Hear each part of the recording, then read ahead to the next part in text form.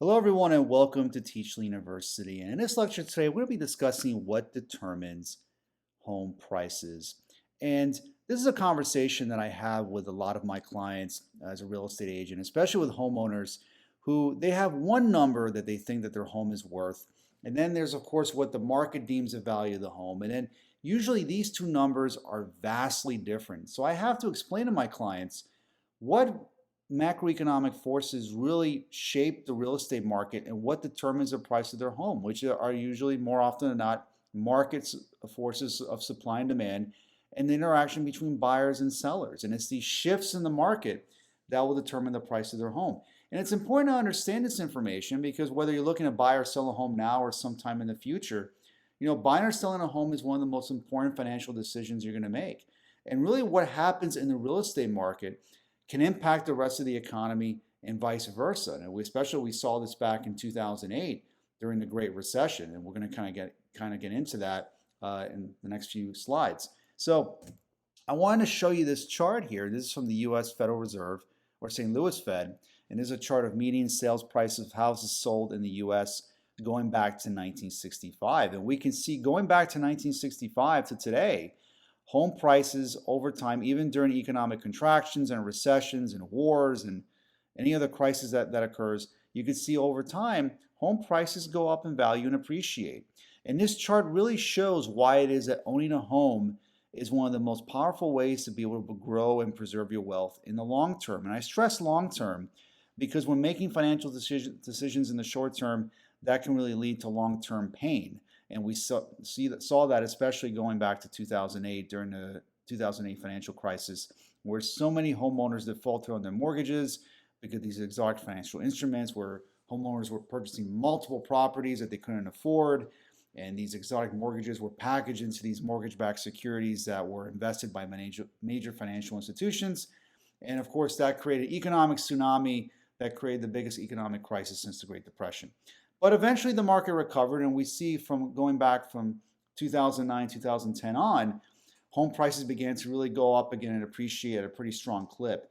But we really see in 2020, especially when COVID started and all these lockdowns and everything, where home prices just escalated at such a strong rate. I mean, you look at the line starting in 2020, it's almost like a straight line up.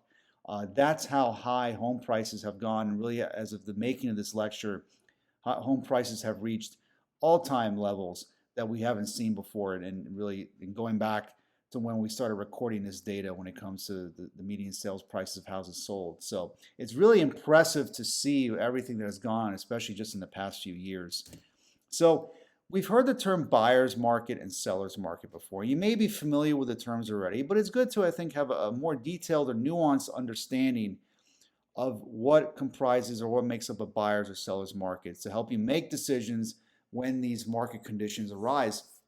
So in a buyer's market, we see the supply of homes exceeds demand. So we have plenty of property, plenty of homes, not enough buyers to go around. And as a result, this causes homes to stay on the market longer. That's very frustrating for homeowners when they sell their home and it stays on the market for months on end. And the challenge with that is that the longer a property stays in the market, the harder it is to sell. There's a psychological aspect to that if you're a buyer and you see a home that's been on the market for several months or longer, you may think that there's something wrong with that property, and you kind of wonder, why has it been on the market for so long? Why has somebody not bought it yet? So there's a psychological component with that can also, plays a strong role into what keeps home prices depressed during a buyer's market.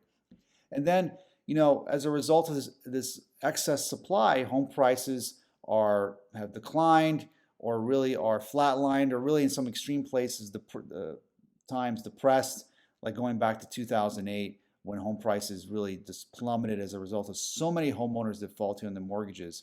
And during that time, we saw a lot of distressed properties like short sales and foreclosures that I've dealt with that are very challenging. But in that buyer's market, whether it's in an extreme case like in 2008 or in more stable economic conditions, buyers have the advantage because there's so much supply of homes and home prices aren't going up in this strong clip where it becomes, much more affordable for buyers to purchase a property. And they have an advantage because there's so much inventory to choose from. It gives them some more leverage and negotiating power when they do decide to purchase a home. So that's pretty much some of the market conditions we see in a buyer's market. In a seller's market, it's a different animal where demand exceeds supply. So there's strong demand and not enough supply to meet that demand. And this forces prices to go up at elevated levels, or really in this case at all-time highs, where we're seeing there's just so much demand and just not enough inventory to meet that demand. And part of that reason too, and we'll discuss that with the next slide when we discuss the macroeconomic forces. With this supply crunch, there's just not enough building materials because of supply chain problems. So a lot of home builders have been struggling to build new homes to meet this demand, which is why we're seeing home prices go up so much. So then in this market, the seller has leverage. They have an advantage where they can sell their home or list a home even a little bit above market value or market price because there's so much demand from buyers, where you see these situations where in these bidding wars where buyers, and I've had this with my listings, we would have multiple offers and sometimes 10 or 15, 20 offers on a property because you have so many buyers are looking to purchase one property.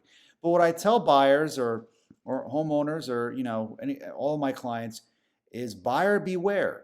Because in a market like this, especially where so many people are emotional and they're really trying to get into a property, it's very easy to make dumb decisions when it comes to your finances that could lead you to some pretty bad financial decisions that could hurt you economically. So you want to try to put your emotions in check and really arm yourself with the right information so you can make the best decisions, especially in a market like this where home prices are so elevated. So what are the forces that shape the real estate market and home prices? Well, the health of the economy certainly plays a role in that. If we're in a growth or expansionary period, the economy's good, more people have jobs and they have money in their pocket, they have more confidence in the economy, so they're willing to invest and purchase homes.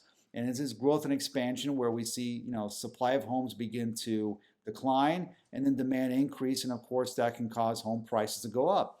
But if we're in a recession, a correction or a contractionary period, then what happens is that you have higher unemployment, more people out of work, people are more fearful, they're less confident in the economy, and they have less money in their pocket, so they're more reserved, they're hesitant to want to purchase a home, and that can cause the supply of homes to increase, demand decreases, and of course that forces home prices to go down.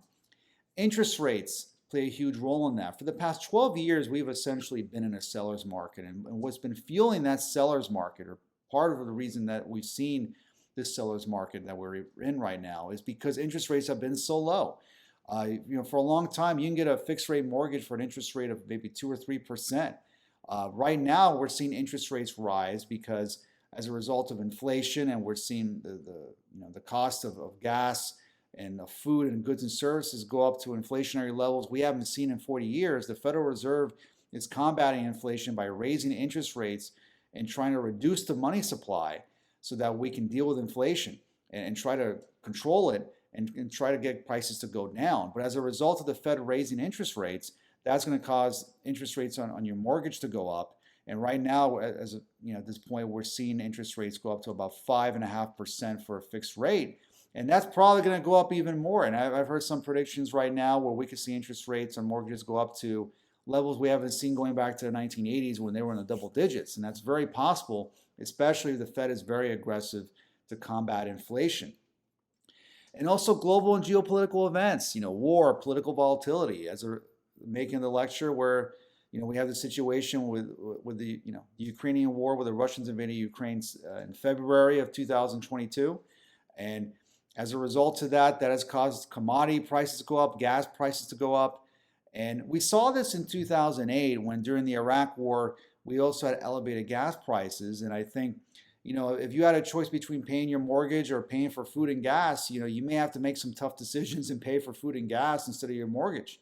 So that can certainly play a role in the real estate market. When you see the cost of everything go up, that's going to have a major impact on the real estate market as well. And that's why we're starting to see, I believe, a shift in the real estate market now, where now things are starting to cool down a bit, where more home buyers are sitting on the sidelines because they're waiting for home prices to decline a little bit. And I think we're starting to see that. Also, demographic shifts. During COVID, we had so many people move from the northeastern states and California, states that were really hit hard by COVID, and moved elsewhere because really they were moving away from the large cities and moving to smaller cities because as a result of COVID, which had such a large impact on our society and our economy as a whole. More people right now are working from home. They can pretty much work from anywhere. And we're seeing with this great recession right now where so many people have left their jobs in record numbers.